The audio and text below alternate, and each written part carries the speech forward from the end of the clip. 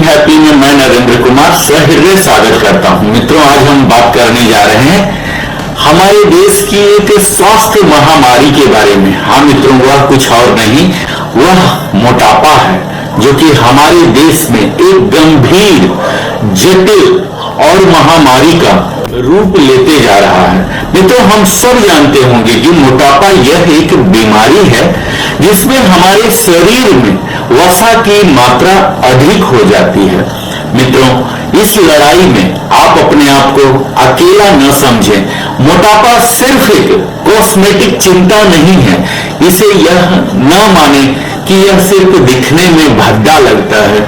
यह एक चिकित्सा समस्या है जो कि कई अन्य बीमारियों और स्वास्थ्य समस्याओं जैसे हृदय रोग, मधुमेह, उच्च रक्तचाप और कुछ कैंसर तक के जोखिम को बढ़ा देता है।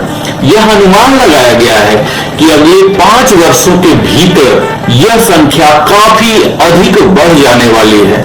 मोटापे के कई वर्गीकरण हैं, जैसे इसे हम बोलते हैं सेवियर ओबेसिटी, गंभीर मोटापा, चाइल्डहुड ओबेसिटी, बचपन मोटापा।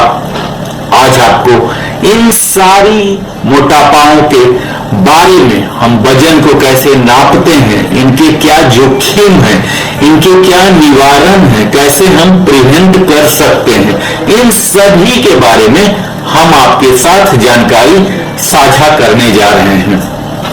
मित्रों, जब किसी मनुष्य अथवा अन्य प्राणी का जन्म होता है तो उसके शरीर का आकार प्रकार एक सीमित मात्रा में होता है, जिसे हम सुंदर कहते हैं क्योंकि वह एक अनुपात के रूप में होता है।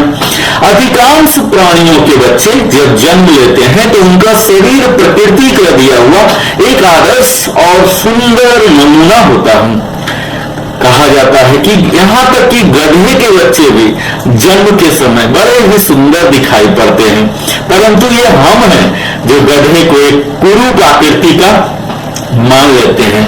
लेकिन प्रकृति की ओर से ऐसा कुछ भी नहीं है। मित्रों, जब उनके संबंध में भी बचपन की बात आती है तो वह छोटा गधा भी बड़ा ही सुंदर लगता था। तो इससे यह स्पष्ट होता है कि प्रकृति ने जिस किसी प्राणी को भी इस संसार में सृष्टि किया है, उसे एक सुंदर शरीर देकर ही इस संसार में भेजा है। मनुष्य को तो संसार में सभी प्राणियों में सर्वश्रेष्ठ माना गया है। मित्रों, उनके शरीर के सौंदर्य का तुलनात्मक वर्णन अनेक प्रकार से किया गया है। बच्चे के फूल के समान कोमल और सुंदर माना जाता है। देखने में यह आता है कि प्रकृति का यह सुंदरतम उपहार समय आने पर सबसे निष्कृष्ट और कुरूप प्राणी के रूप में बदल जाता है। हम अपने चारों ओर नजर डालें तो हमें पता लगता है कि प्रकृति का प्रत्येक प्राणी और प्रत्येक वस्तु प्रतिदिन सुंदर से सुंदर स्वरूप धारण करता दिखाई पड़ता है। एक पौधा अंकुरित होता है तो इसकी 2 कोमल पत्तियां देखकर मनुष्य हर्षित हो जाता है। वही पौधा बढ़ता हुआ सुंदर हरी पत्तियों और टहनियों से लद जाता है। समय आने पर उसमें सुंदर फूल खिलते हैं जो सबको अपनी ओर आकृष्ट करते हैं। बहुत सी वनस्पतियां फूल के बाद फल का उपहार देती हैं। इस प्रकार एक पौधा दिनों दिन सुंदर रूप धारण करने के साथ साथ अपनी उपयोगिता का प्रमाण भी उपस्थित करता है। मित्रों, इसी प्रकार अगर हम हर पशु पक्षियों को भी नजर डालें तो वे अपने सुंदर शरीर के विकास के साथ साथ अपनी उपयोगिता भी बढ़ाते जाते हैं। एक छोटी सी गाय के बछड़े को आप देख सकते हैं कि समय आने पर सुंदर गाय का रूप धारण करके हमें अमृत रूपी दुग्ध प्रदान करती है, सहायक होती है कृषि कार्यों में भी अपने बछड़ा को देकर। इसी प्रकार हिंसक पशु भी संसार के वातावरण को विशुद्ध बनाने के लिए उपयोगी सिद्ध होते हैं। इसका मतलब यही है कि संसार की प्रत्येक वस्तु अपनी उपयोगिता का प्रदर्शन करते हुए सौंदर्य का नमूना भी पेश करती है, परंतु उसी संसार का सर्वश्रेष्ठ प्राणी माना जाने वाला यह मनुष्य न जाने किस अभिशाप को जन्म लेकर आता है, जिसके कारण वह धीरे धीरे स्वाभाविक प्राकृतिक सौंदर्य को नष्ट करता हुआ ऐसी स्थिति में पहुंच जाता है जहां उसे स्वयं अपने शरीर से घृणा नफरत तक होने लगती है। प्रकृति की ओर दृष्टि डालें तो अपने जन्म भर से कोई भी प्राणी, कोई भी जीव जंतु नेत्रहीन दिखाई नहीं देगा, परंतु संसार में दिनों दिन नेत्रहीन मनुष्यों की संख्या बढ़ती जा रही है। इसी प्रकार अन्य रोगों अथवा कष्टों के संबंध में भी कहा जाता है। पशु पक्षियों, हिंसक जानवरों तथा नदी, जलाशयों और समुद्रों में रहने वाले जीवों को देखकर हम अनुमान लगा सकते हैं कि किस प्रकार उनका शरीर एक विशेष अनुपात में ढला हुआ है।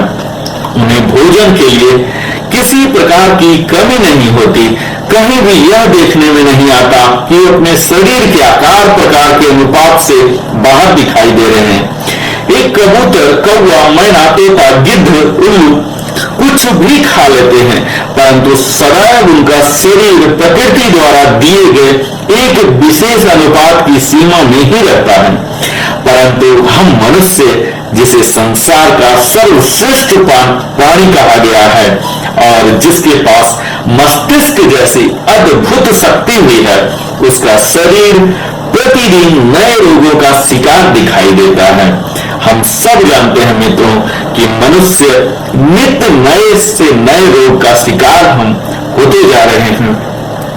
बहुत से रोग अभी हाल की ही उपज है, जिसके संबंध में कुछ वर्ष पूर्व तक कोई भी नहीं जानता था।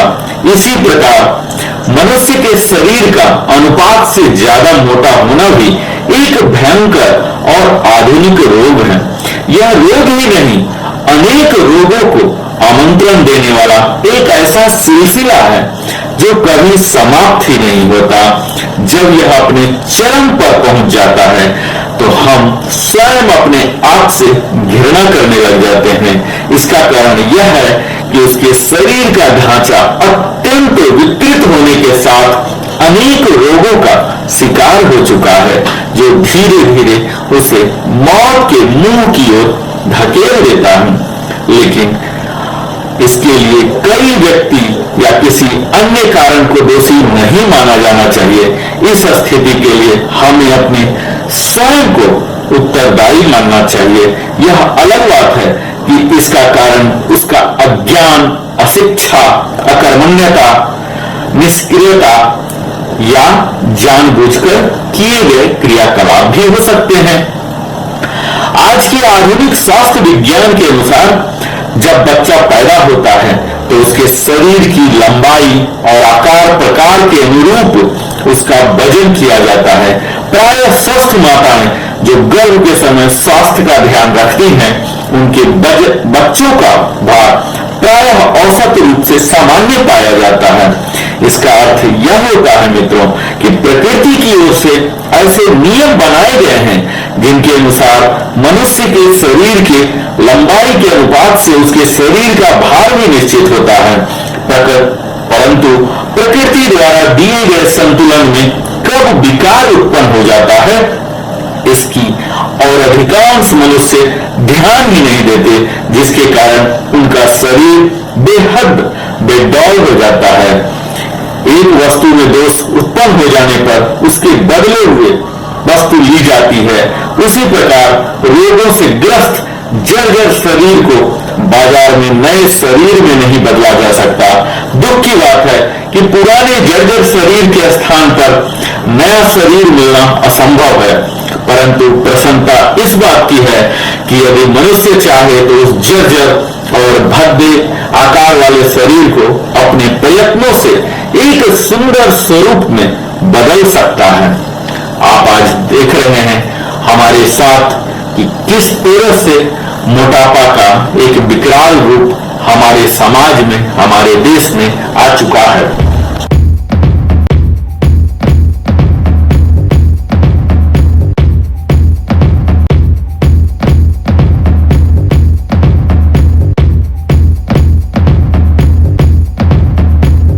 ईटिंग हैप्पी में मैं नरेंद्र कुमार सहृदय स्वागत करता हूं। मित्रों, आज हम बात करने जा रहे हैं एक स्वास्थ्य महामारी के बारे में। हाँ मित्रों, वह कुछ और नहीं, वह मोटापा है, जो हमारे देश में एक गंभीर जटिल बीमारी बनते जा रहा है, जिसमें हमारे शरीर में वसा की मात्रा अधिक हो जाती है। हाँ, आप अपने आप को इस लड़ाई में अकेले बिल्कुल ना समझें। मोटापा सिर्फ एक कॉस्मेटिक चिंता नहीं है, जिसमें आप अपने शरीर के बारे में एक भद्दापन समझते हैं, बल्कि इससे कहीं ज्यादा यह एक चिकित्सा समस्या है, जो कई अन्य बीमारियों और स्वास्थ्य समस्याओं जैसे हृदय रोग, मधुमेह, उच्च रक्तचाप और कुछ कैंसर के जोखिम तक को बढ़ाती है। ऐसा अनुमान है कि अगले 5 वर्षों के भीतर हमारे देश में यह संख्या बहुत अधिक बढ़ने वाली है। मोटापे के कई विभिन्न वर्गीकरण हैं, जैसे इसे हम सेवियर ओबेसिटी, गंभीर मोटापा, चाइल्डहुड ओबेसिटी, बचपन मोटापा कहते हैं। आज हम इन्हीं सारी बातों को अपने इस वीडियो में जानने जा रहे हैं। आमतौर पर मोटापे का परिणाम विरासत में मिले कारकों के संयोजन से होता है, जो पर्यावरण और व्यक्तिगत आहार और व्यायाम विकल्पों के साथ संयुक्त होता है। परंतु अच्छी खबर यह है कि मामूली वजन घटाने से मोटापे से जुड़ी स्वास्थ्य समस्याओं में सुधार या रोकथाम की जा सकती है। आहार में बदलाव, शारीरिक गतिविधि में वृद्धि और व्यवहार में बदलाव हमारे वजन को कम करने में काफी मददगार साबित होते हैं। मोटापे के इलाज के लिए प्रिस्क्रिप्शन दवाएं और वजन घटाने की प्रक्रिया भी एक अतिरिक्त विकल्प है। आधुनिक स्वास्थ्य विज्ञान के अनुसार जब बच्चा पैदा होता है मित्रों, तो उसके शरीर की लंबाई और आकार प्रकार के अनुरूप उसका वजन किया जाता है। प्राय यह देखा जाता है कि स्वस्थ माताएं जो गर्भ के समय स्वास्थ्य का ध्यान रखती थी, उनके बच्चों का भार प्रायः औसत रूप से सामान्य पाया जाता है। इसका अर्थ यह होता है कि प्रकृति की ओर से ऐसे नियम बनाए गए हैं, जिसके अनुसार मनुष्य के शरीर की लंबाई के अनुपात से उसके शरीर का भार भी निश्चित होता है। लेकिन प्रकृति द्वारा दिए गए संतुलन में कब विकार उत्पन्न होता है, उसकी ओर अधिकांश मनुष्य हम ध्यान नहीं दे पाते, और जिसके कारण उनका शरीर बेहद बेडौल और भद्दा हो जाता है। प्राय हम सब जानते हैं कि मनुष्य नित्य नए से नए रोगों का शिकार होते जा रहा है। बहुत से रोग अभी हाल की उपज है, जिसके संबंध में कुछ वर्ष पूर्व बिल्कुल नहीं मालूम होता था। मनुष्य के शरीर का अनुपात से ज्यादा मोटा होना भी एक भयंकर और आधुनिक रोग है। यह रोग ही नहीं, अनेक रोगों को आमंत्रण देने वाला एक ऐसा सिलसिला है जो कभी समाप्त ही नहीं होता। जब यह अपने चरम पर पहुंच जाता है, तो मनुष्य स्वयं अपने आप से घृणा करने लगता है। इसका कारण यह है कि उसके शरीर का ढांचा अत्यंत विकृत होने के साथ अनेक रोगों का शिकार हो चुका होता है, जो धीरे धीरे उसे मौत के मुंह की ओर धकेलता है। मित्रों, इस वीडियो का कदापि मकसद नहीं है आपको डराना। हमारा उद्देश्य है आप में सजगता पैदा करना, ताकि आप समय रहते अपने वजन को नियंत्रण कर सकें, मोटापा को घटा सकें और एक स्वस्थ पूर्ण जीवन शैली को अपना सकें। तो आइए मित्रों, हम सबसे पहले जानते हैं मोटापा के लक्षण के बारे में। मोटापा का निदान तब किया जाता है जब हमारा बॉडी मास इंडेक्स BMI 30 या उससे अधिक होता है। हम अपने BMI को निर्धारित करने के लिए मीटर वर्ग में अपनी ऊंचाई से अपना वजन किलोग्राम में विभाजित करते हैं। यानी कि जितना भी आपका वजन है, सपोज आपका 178 सेंटीमीटर है, तो 1.78 को 1.78 से ही मल्टीप्लाई कीजिए, जो कि उसका मीटर वर्ग आ गया, और जो वजन है केजी में उससे डिवाइड कर दीजिए। तो इस तरह से ये आपका बीएमआई आ जाएगा। अब बीएमआई की बात करते हैं मित्रों कि अगर यह आपके 18.4 से कम है तो आप अंडर वेट हैं, आपको वजन बढ़ाने की आवश्यकता है। अगर आपका वजन 18.5 से लेकर 24.9 है तो आप सामान्य माने जाएंगे, और अगर 25.0 से लेकर 29.9 है तो आप ओवरवेट कर लाएंगे, और यही बीएमआई जब 30.0 से भी ज्यादा है तो आप ओबिस मोटापा की कैटेगरी में कहलाएंगे। ज्यादातर लोगों के लिए बीएमआई शरीर में वसा का एक उचित अनुमान प्रदान कर देता है।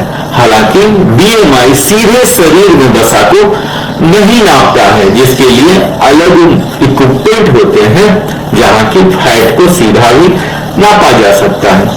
इसलिए कुछ लोग जैसे एथलीट के मांसपेशियां मोटापा की श्रेणी में नहीं आते हैं, फिर भी उनका बीएमआई ज्यादा हो सकता है। अब हम बात करते हैं मित्रों कि हमें कब मोटापा से निजात पाने के लिए डॉक्टर के पास जाने की जरूरत है। तो यदि आप वजन संबंधी स्वास्थ्य समस्याओं के बारे में बहुत ही ज्यादा चिंतित हैं तो अपने डॉक्टर से मोटापे के प्रबंधन के बारे में अवश्य पूछें, समय रहते ही पूछें। आप और आपके डॉक्टर आपके स्वास्थ्य जोखिम जो है, रिस्क है, उन सब का इवैल्यूएशन कर सकते हैं और आपके वजन घटाने के विकल्पों पर चर्चा करेंगे। तो आइए मित्रों, अब हम जानते हैं मोटापा का कारण, क्या क्या कारण है। शरीर के वजन पर आनुवांशिक, व्यवहारिक, चयापचय और हार्मोनल प्रभाव तो होते ही हैं। मोटापा तब होता है जब हम व्यायाम और सामान्य दैनिक गतिविधियों के माध्यम से अपने संचित ऊर्जा को पर्याप्त मात्रा में नहीं जला पाते हैं। हमारा शरीर इन अतिरिक्त कैलोरी को वसा में संग्रहित करना प्रारंभ कर देता है, जो कि एक मोटापा का रूप ले लेता है। आज हमारे डाइट में कैलोरी बहुत अधिक बढ़ गई है। अक्सर हम फास्ट फूड और हाई कैलोरी के ड्रिंक्स लेते हैं। मोटापा से पीड़ित लोग, उन्हें भूख भी ज्यादा लगता है, तनाव या चिंता के कारण कई बार अधिक खा लेते हैं, जिसके कारण मोटापा और भी ज्यादा बढ़ते जाता है।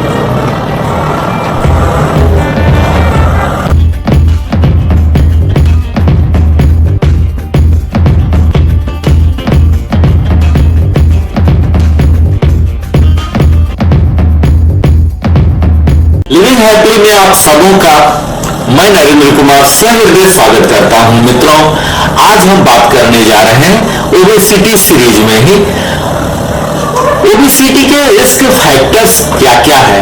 मोटापा आमतौर पर कारणों और योगदान जो कंट्रीब्यूटरी फैक्टर हैं उसके संयोजन से होता है।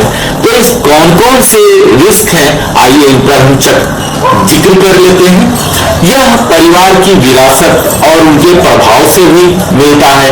हमारे माता पिता से हमें जो जीन विरासत में मिली है वह हमारे द्वारा संग्रहित शरीर की वसा की मात्रा को भी प्रभावित करती है, और जहां वसा वितरित की जाती है वह नहीं हो पाती है।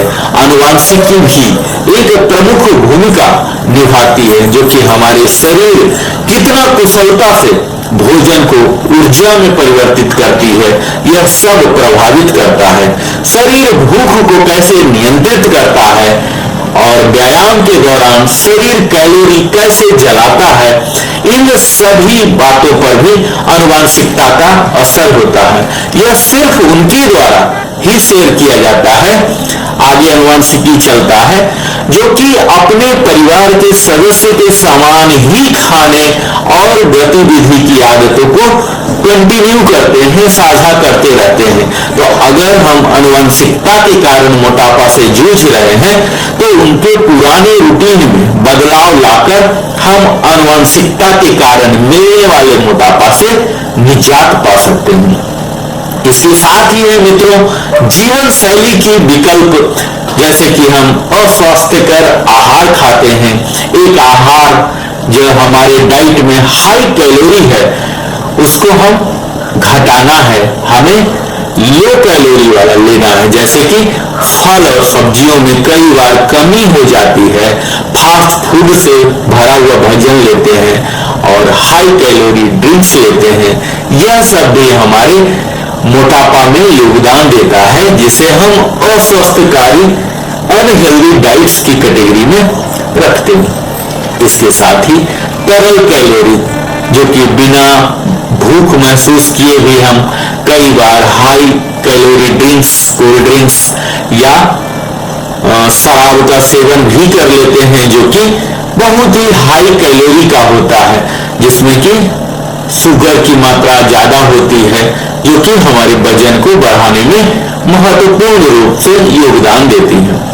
मित्रों, निष्क्रियता यह एक ऐसा कारण है, यदि हम गतिहीन जीवन शैली बिताते हैं, अगर हम व्यायाम और नियमित दैनिक गतिविधियों के माध्यम से आसानी से हर दिन अधिक कैलोरी को जला सकते हैं। आप देख रहे होंगे मित्रों, आजकल हमारा जीवन किस तरह से हो चुका है। हमारा अधिकांश समय कंप्यूटर, टैबलेट और फोन स्क्रीन को देखने में ही बीतता है, जो कि एक गतिहीन गतिविधि कहलाती है। इस स्क्रीन टाइम, बढ़ते हुए स्क्रीन टाइम के साथ हम जितना ज्यादा समय बिताते हैं, हमारे वजन को बढ़ाने में वह उतना ज्यादा मदद करता है।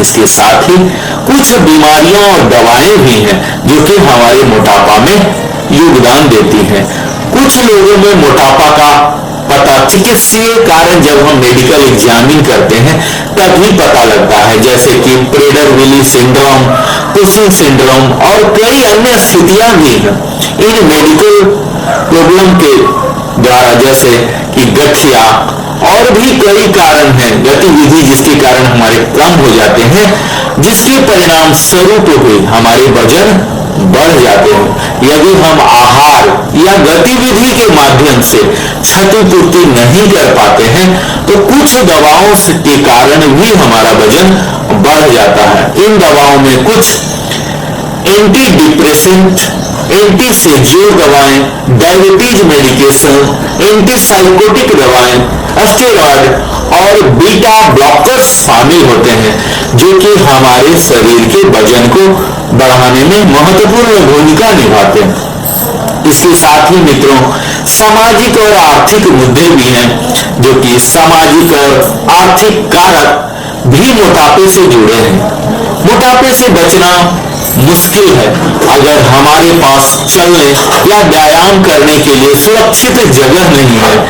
इसी तरह से हमें खाना पकाने के स्वास्थ्य तरीके नहीं सिखाए गए हैं, या हमारे पास स्वास्थ्य खाद्य पदार्थों का उपयोग करना नहीं आता, उपभोग करने की वस्तुएं नहीं है। इसके अलावा जिन लोगों के साथ हम समय बिताते हैं वे हमारे वजन को भी प्रभावित करते हैं। यदि हमारे मोटापे के साथ दोस्त या रिश्तेदार हैं, तो हम भी मोटापे को विकसित करने की अधिक संभावनाएं रखते हैं। इसके साथ ही हमारी आयु है मित्रों, मोटापा किसी भी उम्र में हो सकता है, यहाँ तक कि छोटे बच्चों में भी।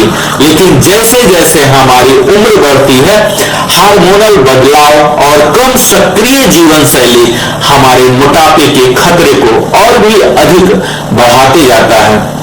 इसके अलावा हमारे शरीर में मांसपेशियों की मात्रा उम्र के साथ कम हो जाती है। आमतौर पर कम मांसपेशियों में चयापचय भी कम हो जाता है। ये परिवर्तन कैलोरी की जरूरतों को भी कम करते हैं और अतिरिक्त वजन को दूर रखना कठिन बना देते हैं। यदि हम सचेत रहें, सजगता पूर्ण खाएं, क्या खा रहे हैं, कितना खा रहे हैं, कब खा रहे हैं, इन सभी बातों पर अगर हम नियंत्रण करना सीख लेते हैं, सक्रिय हो जाते हैं, तो उम्र बढ़ने के साथ भी हम अपने शारीरिक रूप से वजन बढ़ने की संभावनाओं को रोक सकते हैं। इसके अलावा ही कई अन्य कारक भी हैं मित्रों, जैसे कि गर्भावस्था के दौरान वजन बढ़ना एक आम बात होती है। कुछ महिलाओं को बच्चे के जन्म के बाद वजन कम करने में मुश्किल होती है। यह वजन बढ़ने से महिलाओं में मोटापा के विकास में योगदान हो सकता है। गर्भावस्था के दौरान प्राप्त वजन कम करने के लिए स्तनपान सबसे अधिक अच्छा विकल्प माना गया है। धूम्रपान भी है मित्रों। धूम्रपान अक्सर वजन बढ़ने से जुड़ा होता है। अक्सर यह तब होता है जब हम भोजन करने के बाद भी धूम्रपान करते हैं, जिससे कि हमारे स्वास्थ्य को बहुत ही हानि पहुंचता है। धूम्रपान छोड़ने के बाद ही डॉक्टर वजन बढ़ाने से रोकने में आपको मदद कर सकते हैं। तो जरूरत है धूम्रपान को छोड़ने की। मित्रों, इसके साथ ही नींद की कमी, पर्याप्त नींद ना लेना या बहुत अधिक नींद लेने से भी हमारी भूख बढ़ने वाले हार्मोन में बदलाव हो जाता है और हम कैलोरी और कार्बोहाइड्रेट में उच्च खाद्य पदार्थों को भी कमी हो जाती है, जो वजन बढ़ाने में महत्वपूर्ण भूमिका निभाते हैं। इसके साथ ही तनाव है। कई बाहरी कारक जो हमारे मूड और भलाई को प्रभावित करते हैं, मोटापे में योगदान कर सकते हैं। तनावपूर्ण स्थितियों का अनुभव होने पर लोग अक्सर अधिक कैलोरी वाले भोजन की तलाश करते हैं और इस तरह से तनाव आने पर हम ज्यादा भोजन करते हैं और फिर हमारा वजन निरंतर बढ़ता चला जाता है। इसके साथ ही माइक्रोबायोम है मित्रों। जो हम खाते हैं उससे हमारे आंत के जीवाणु प्रभावित होते हैं और वजन कम करने या कम करने में कठिनाई में योगदान करते हैं। इस घटना को यो-यो डाइटिंग कहा जाता है, जो कि कभी हमारे वजन को बहुत अधिक बढ़ा देता है, कभी बहुत अधिक घटा देता है। इस तरह से यह हमारे चयापचय को धीमा कर देता है।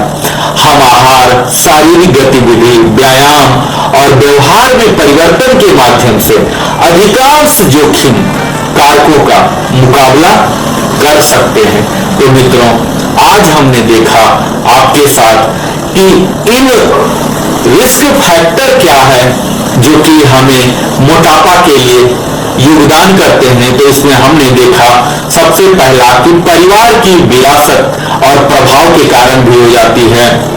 इसके साथ ही जीवन शैली विकल्प जो है, जिसमें अस्वस्थकारी आहार है, तरल कैलोरी है, निष्क्रियता है, कुछ बीमारी और दवाओं हैं जिसके कारण भी होते हैं, सामाजिक और आर्थिक मुद्दे भी होते हैं जिसमें कि हम सामर्थ्य नहीं हो पाते हैं, हम अज्ञानतावश भी नहीं कर पाते। इसके साथ ही हमने देखा कि आयु किस प्रकार हमारे वजन को बढ़ाने में भी मदद करते हैं। इसके साथ ही अन्य कारक हैं जैसे गर्भावस्था, धूम्रपान, नींद की कमी और तनाव, डिप्रेशन है, और हमने माइक्रोबायोम भी देखा जो कि हमारे मेटाबॉलिज्म को भी प्रभावित करता है। तो इस तरह से हमने आज सारे रिस्क फैक्टर को देखा। मुझे पूरी उम्मीद है आपको काफी कुछ जानकारी मिली होगी। आप हमारे साथ बने रहे। तो नरेंद्र कुमार की ओर से सप्रेम धन्यवाद।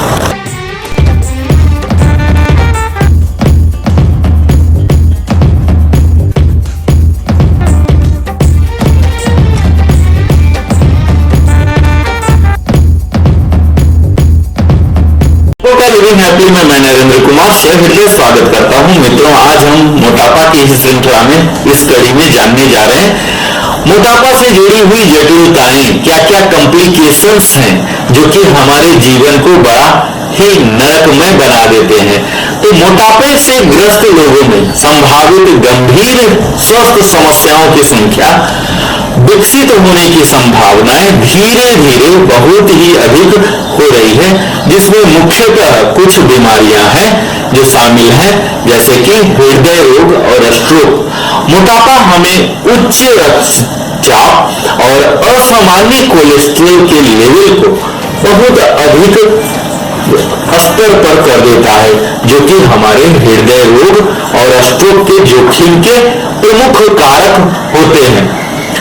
इसके साथ ही मधुमेह, डायबिटीज टाइप 2 है, जो कि हमारे ब्लड शुगर के लेवल को नियंत्रित करते हैं और हमारे शरीर द्वारा इंसुलिन का उपयोग करने के तरीका को ही प्रभावित कर देते हैं, जिससे इंसुलिन प्रतिरोध और मधुमेह का खतरा काफी हद तक बढ़ जाता है। इसके साथ ही कुछ कैंसर है, जैसे गर्भाशय का कैंसर, गर्भाशय ग्रीवा कैंसर, एंडोमेट्रियस अंडाशय, स्तन, बृहदांत्र, लार्ज इंटेस्टाइन, मलाशय, अन्न प्रणाली, यकृत, पित्ताशय, अग्नाशय, गुर्दे और प्रोस्टेट के कैंसर के जोखिम को भी यह मोटापा काफी हद तक बढ़ा सकता है। इसके साथ ही कब्ज की शिकायत में भी बढ़ा देता है।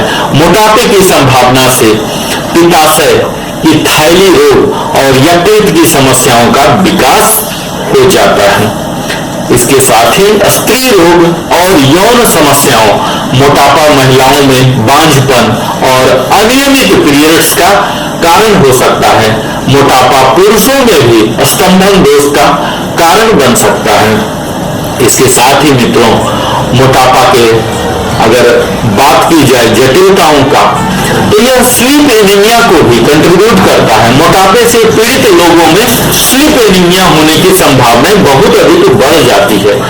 एक संभावित गंभीर विकार है यह स्लीप एनीमिया, जिसमें बार बार सांस लेना बंद हो जाता है और नींद के दौरान ही कभी शुरू हो जाता है। इस तरह से स्लीप डिसऑर्डर तो होता ही है और सांस की भी तकलीफ हो जाती है। इसके साथ ही ओस्टियोआर्थराइटिस भी है, जो कि मोटापा शरीर के भीतर सूजन को बढ़ावा देता है। इसके अलावे वजन बढ़ाने वाले जोड़ों पर रखा हुआ तनाव को भी बढ़ाता है, जिसके कारण ओस्टियोआर्थराइटिस जैसे जटिलताओं का जन्म होता है। मित्रों, अगर जीवन की गुणवत्ता की बात की जाए तो मोटापा हमारे जीवन की समग्र गुणवत्ता को कम कर देता है। हम उन चीजों को करने में सक्षम नहीं हो पाते हैं जो हम कर सकते थे, करते थे, जैसे कि सुखद गतिविधियां, कई तरह की खेल कूद में, आनंद में हम भाग लेते थे, जो कि अब नहीं ले पाते मोटापा के कारण। कई सार्वजनिक स्थानों से भी हम अपने आप को छिपाते हैं, बचाते हैं। मोटापे से ग्रस्त लोगों में भी कई तरह की हीन भावनाएं, भेदभाव पैदा हो जाते हैं। तो वजन से संबंधित और भी कई अन्य मुद्दे हैं जो हमारे जीवन की गुणवत्ता को प्रभावित कर सकते हैं। उनमें प्रमुखतः शामिल है डिप्रेशन, डिसेबिलिटी, यौन समस्याएं, शर्म और अपराध बोध, सामाजिक एकांतता, हम लोनलीनेस को पसंद करने लगते हैं, हमारी प्रोडक्टिविटी भी कम हो जाती है, हमारे कार्य की कम उपलब्धि हो जाती है। तो इस तरह से आज हमने देखा मित्रों कि किस तरह से जटिलताएं आ जाती हैं मोटापा के बाद। आप हमारे साथ अंत तक बने रहे, इसके लिए नरेंद्र कुमार की ओर से सप्रेम धन्यवाद। फिर मिलते हैं अगले वीडियो में।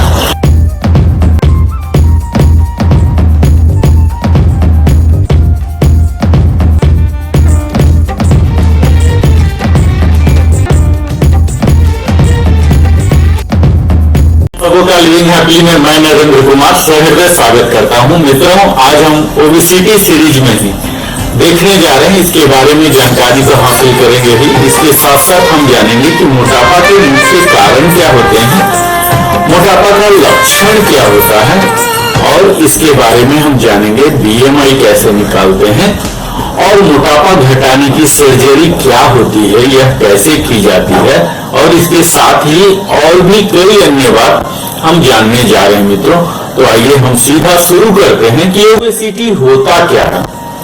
यह वस्तुतः वह स्थिति है जब हमारे शरीर में अत्यधिक वसा सीमा से अधिक एकत्रित हो जाती है, जो कि शरीर के कई अलग अलग भाग में, अलग अलग मनुष्यों में एकत्रित होता है, जो हमारे स्वास्थ्य पर बड़ा ही हानिकारक प्रभाव डालता है, और यह हमारे एजिलिटी आयु की संभावना को भी काफी हद तक घटा देता है। तो आइए अब हम जानते हैं कि यह ओबेसिटी का हम जाने कैसे कि हम ओबिस हैं या नहीं हैं। तो इसके लिए मित्रों एक प्रणाली है जिसे हम बोलते हैं शरीर भार सूचकांक, यानी कि BMI, बॉडी मास इंडेक्स।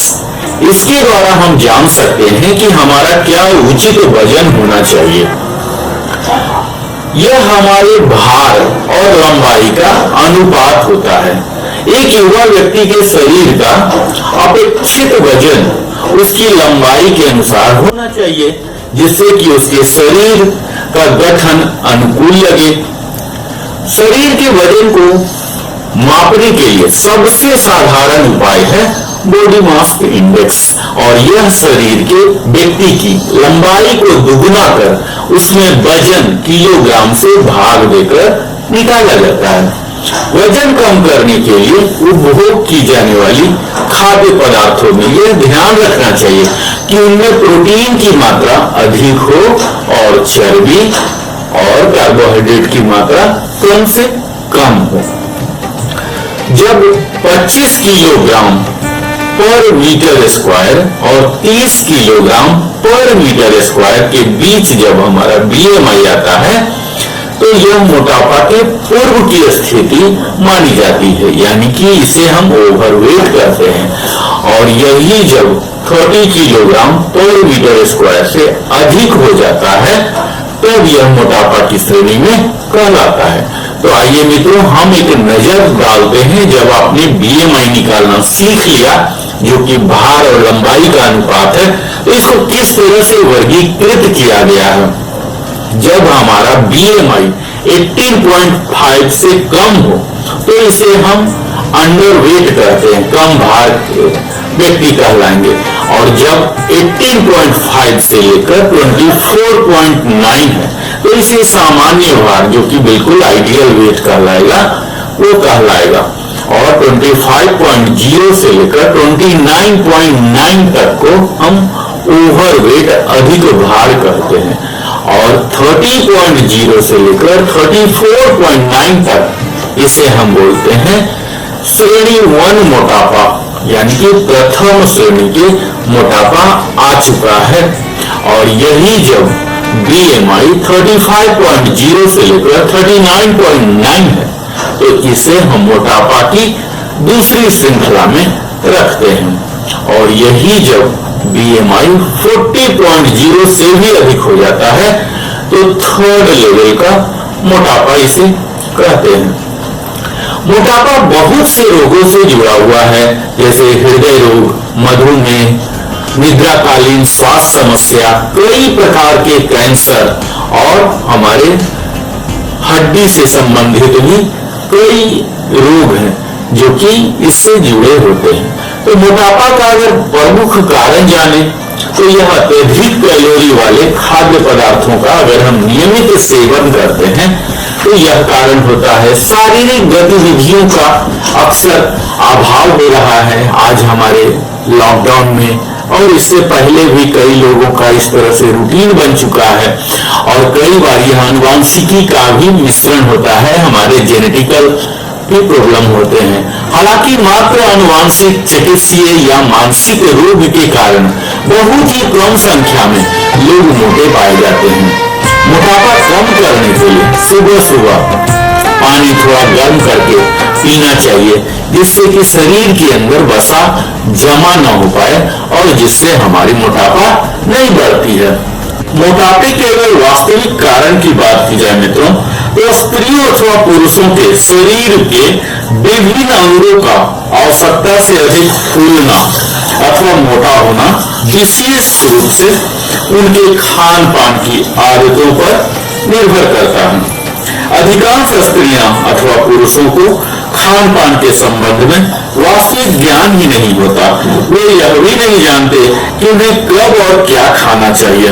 इस कारण अधिकांश देशों में मोटे स्त्रियों पुरुषों की संख्या लगातार बढ़ती जा रही है, और ऐसा माना जाता है कि भविष्य में समय आने पर मोटापा यह महामारी का रूप लेने जा रहा है। तो इसके प्रमुख कारणों की अगर बात की जाए तो यह हमारे अस्थिर जीवन यापन का है, जिसे हम स्टैग्नेटेड लाइफ स्टाइल बोलते हैं, जहां की इनएक्टिव लाइफ स्टाइल हम बिताते हैं।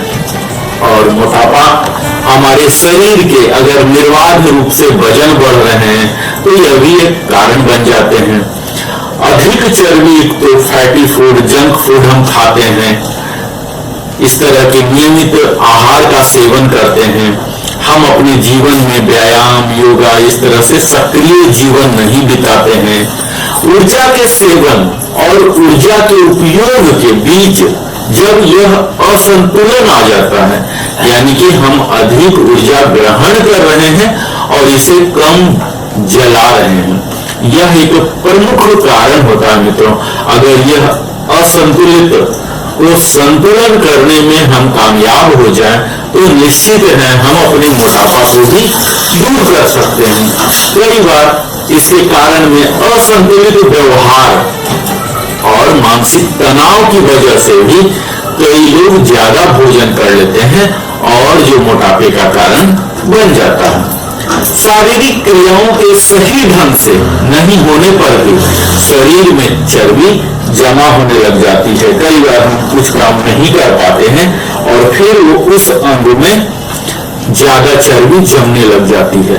बाल्यावस्था और युवावस्था के समय का मोटापा वयस्क होने तक भी हमारे साथ ही रहता है और कई लोगों को दिन में खाना खाने के बाद सोने की आदत होती है, जो मोटापे का प्रमुख कारण बन जाती है। इसके साथ ही हाइपोथायराइड भी है, जिसके कारण मोटापा होता है। अगर मोटापा के लक्षण की बात की जाए मित्रों, तो मोटापा शारीरिक और मानसिक स्तर पर जीवन में कई सारे परिवर्तन ला देता है, जिसके कारण इसके लक्षण भी परिलक्षित होने लग जाते हैं। परंतु कई बार लोग इन्हें महत्व नहीं देते और इसके बारे में कोई चिकित्सीय परामर्श नहीं लेते हैं, और जो कि बाद में हमारे स्वास्थ्य के लिए अत्यधिक हानिकारक साबित हो जाता है। तो इसके प्रमुख लक्षणों को हम देखें तो हमें पता लगता है कि हमारे सांस फूलने लग जाते हैं, बार बार सांस फूलने की समस्या आने लगती है, जो कि मोटापा के अलावे भी कई रोग के कारण भी बन सकता है, पर मोटापा एक प्रमुख कारण होता है। हमारे शरीर में पसीना में वृद्धि हो जाती है, अचानक से बार बार पसीना आना और वो भी बहुत ज्यादा आना, तो यह भी हमें लक्षण में है। खर्राटे आना, आमतौर पर मोटापे से बेहाल लोगों को नींद में बहुत खर्राटे लेते हुए देखा गया है। शारीरिक गतिविधि के साथ सामंजस्य करने में अचानक असमर्थता का अनुभव होने लगता है। सामान्य तौर से कोई भी शारीरिक गतिविधि करने में असमर्थ होने पर आप समझ सकते हैं कि मोटापा के लक्षण दिखने लगे।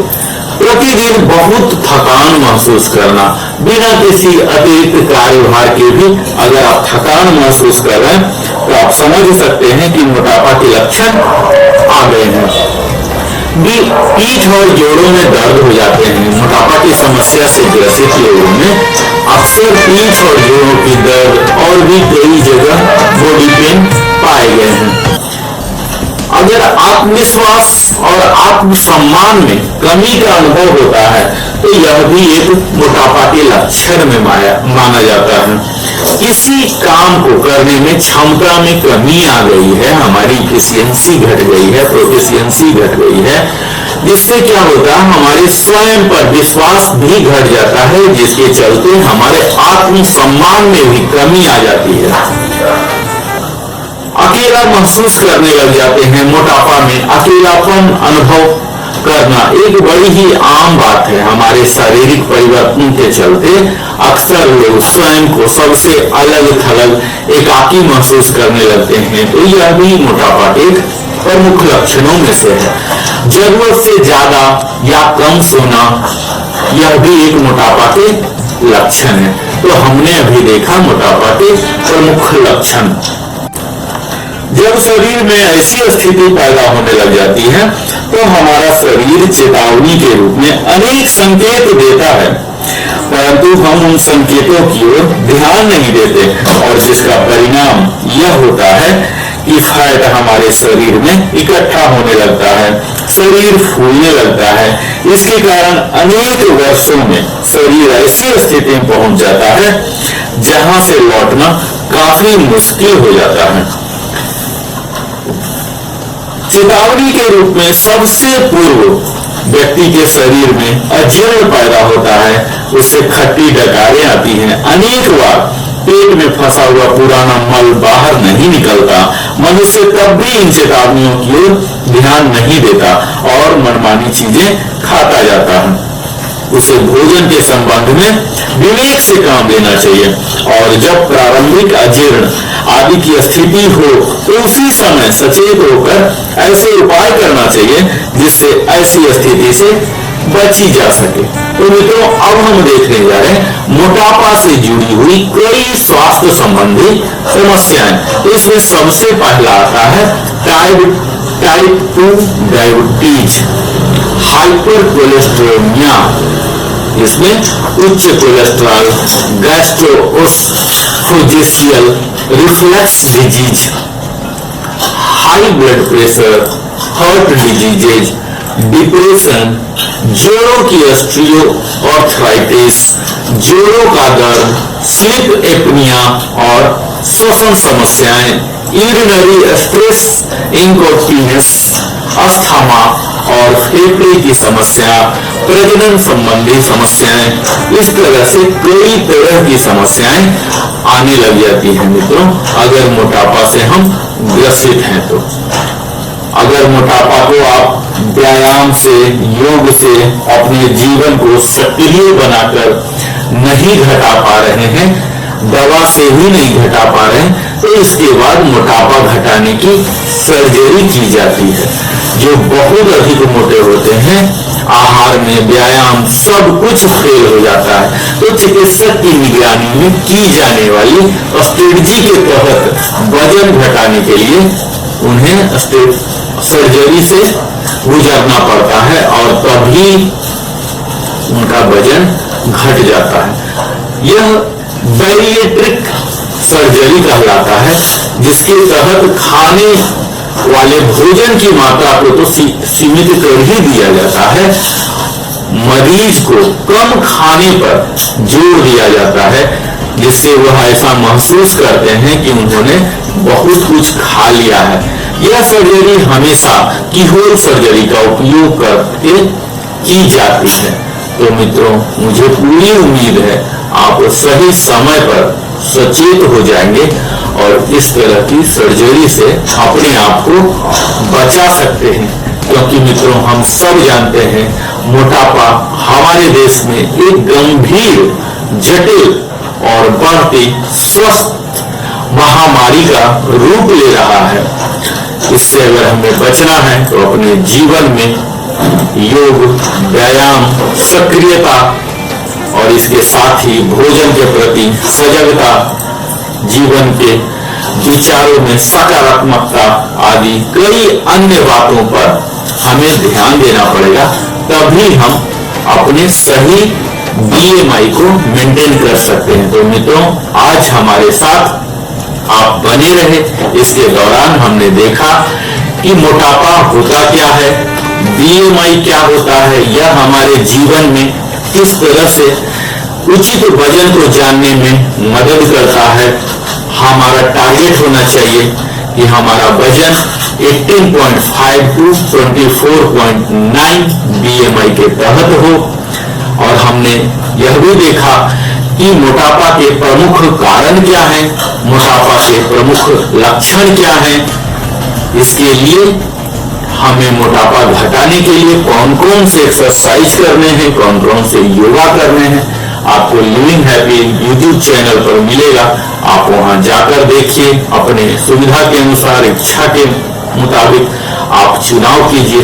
और इसके साथ ही हमने सर्जरी के बारे में भी जाना कि जब ये सारे तकनीक फेल हो जाते हैं तो हम चिकित्सक के पास जाकर उनसे रणनीति लेते हैं कैसे मोटापा घटाया जाए और फिर अंततः सर्जरी भी करवाना पड़ता है। तो मित्रों, मुझे उम्मीद है आप अपने मिशन में सफल हो, मोटापा घटाने के एक स्वस्थ और खुशीपूर्वक जीवन बिताइए, यही मेरी शुभकामनाएं हैं। आप मेरे साथ अंत तक बने रहे, इसके लिए बहुत बहुत धन्यवाद नरेंद्र कुमार की ओर से।